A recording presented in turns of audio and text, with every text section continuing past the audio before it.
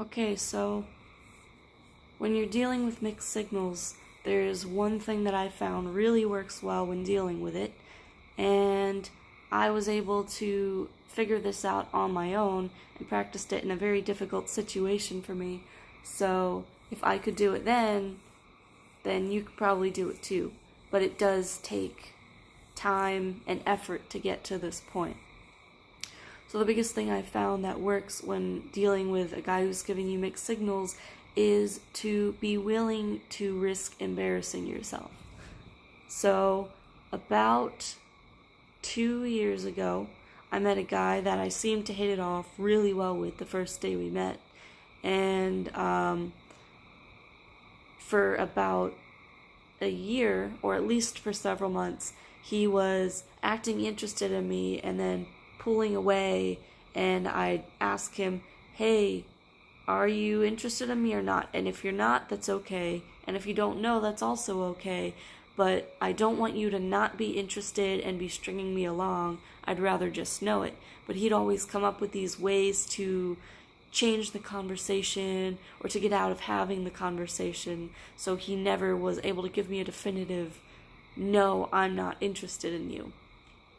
So I ended up getting strung along for a while, partly because I was too scared to really push the envelope. I was worried that he might reject me or that I'd embarrass myself, especially because we had a lot of mutual friends.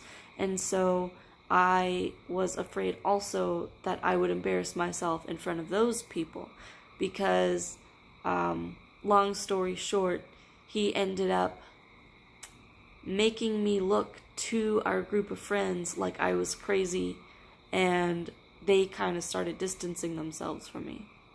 So what I decided to start doing was I was going to flirt with him more obviously, and I was going to start pressing him for answers. And for a while it was pretty difficult because I really did feel embarrassed. I felt like I looked bad to the people around us, and he wasn't responding to it either. And one example is we were hanging outside in a gazebo, and there were two other people aside from me and him. And I was kind of flirting with him like I normally, like I had just started doing, and he would just kind of act cold. He would be like he wasn't responding at all to it. And at one point it started pouring rain, and his flip-flops had been like outside the gazebo area. And I don't mind the rain at all, and I wanted to do a nice thing for him, kind of to show him that I liked him. So I went out in the rain and I grabbed his shoes and I brought them inside. And then I ended up moving them afterwards further into the gazebo to the middle where he was standing. And it kind of looked like it felt like this is what it looked like. But to me, I felt as though they were looking at me as though I was belittling myself and kind of like groveling after him, sort of making myself a servant to him. And so that kind of stuff went on for a while, and it was kind of embarrassing and kind of difficult. But eventually I told him, okay, we need to really have a conversation. And by that point I'd realized that not only was he willing to lie, but that he was so good at it, he could put on exactly the persona that he knew you wanted him to have. So I pulled him aside for a conversation, which fortunately he was willing to have, and I asked him all these questions. I said, here's the way you're acting that's confusing me, here's what you've done that I don't like, and here's what I'm thinking, here's what I'm feeling. And he gave me, sure enough, all the perfect answers, but I wasn't ready to accept them right away, even though my gut was urging me to accept them. I had to remember consciously that he wasn't somebody that I could trust. And so I decided that I wouldn't accept his answer right away, but for the time being we could reconcile and I'd figure it out later. So after the conversation, we hugged each other, and I decided I was gonna see how he reacted, because I really was trying to push this. I'd been watching a lot of Charisma on Command at the time, and one of the things he talked about was act as though the things that you're doing are working and are charming the other person, because even if they're not interested, at least you'll feel good about yourself anyway. So I was really pushing the flirting. But so we hugged it out, and I kind of pulled away just a little bit, but I was still hugging him, and I looked at him in the eye, and you know that face you make when you're like not thinking about kissing someone, but then you look them in the eyes, and then all of a sudden like your face changes, and suddenly you're like, and you want to kiss. So I made that face while looking at him, hoping, of course, that he'd respond in kind. But if he didn't, it still served to test. And this was the final piece that I used to realize that he was just messing with me and that his mixed signals were not him being interested. So one of the things he would pretend, more background, sorry it's not a coherent storyline, but one of the things he would pretend is that he wasn't good at picking up on subtle clues. That was a big thing for him is, oh, I seem distant because sometimes I don't notice things. And that was actually why I started pushing the flirting, was because I thought, okay, if that's true and he's not good at recognizing these signs, I need to make it more obvious for him. But because he said he wasn't very good at recognizing cues at all. And in fact, he really made out like he was terrible at recognizing social cues. So when I made that look on my face like, oh, are we gonna kiss now?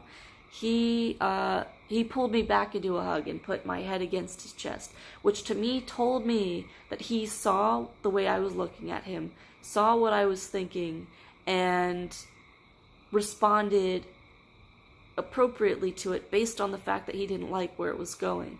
And that told me that he was not nearly as bad at reading social cues as he pretended.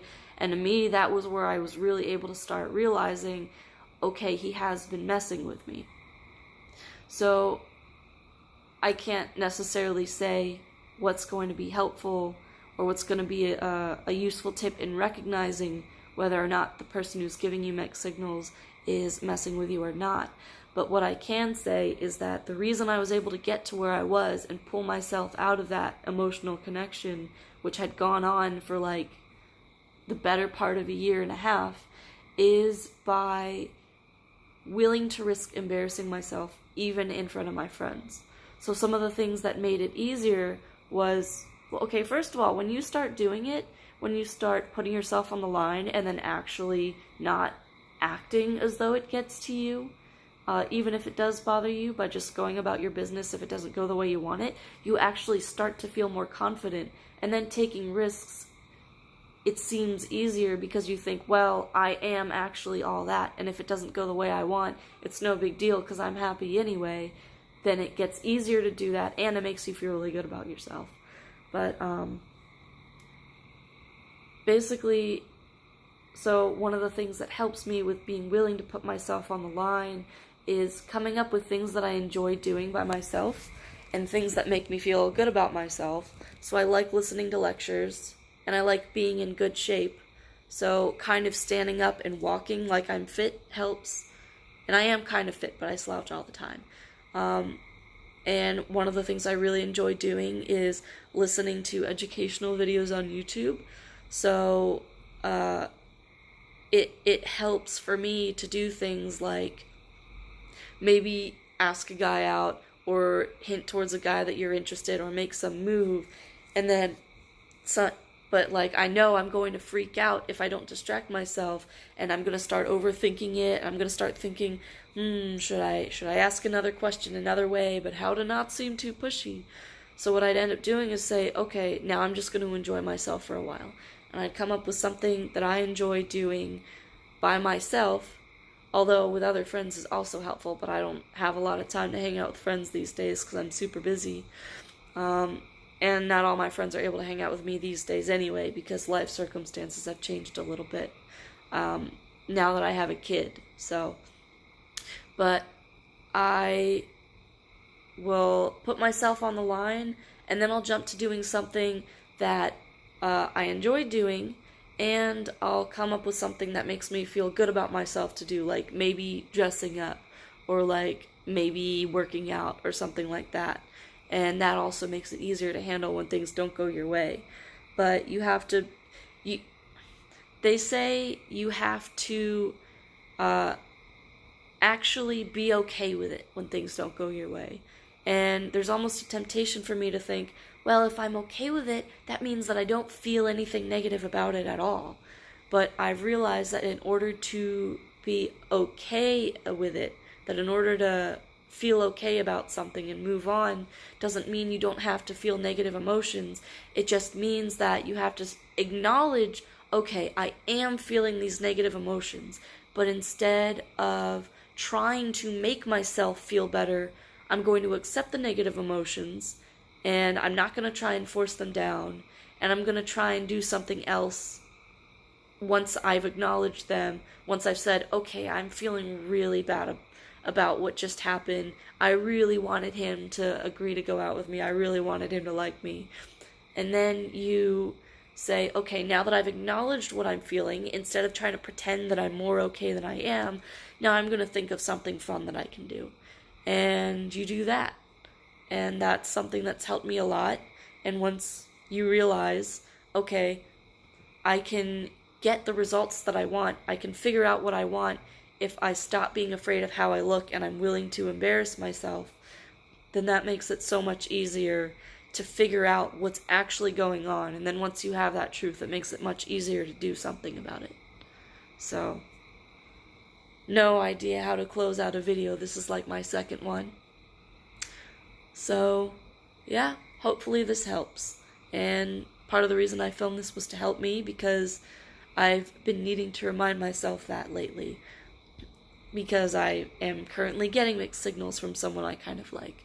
So, just reminding myself as much as I am telling you that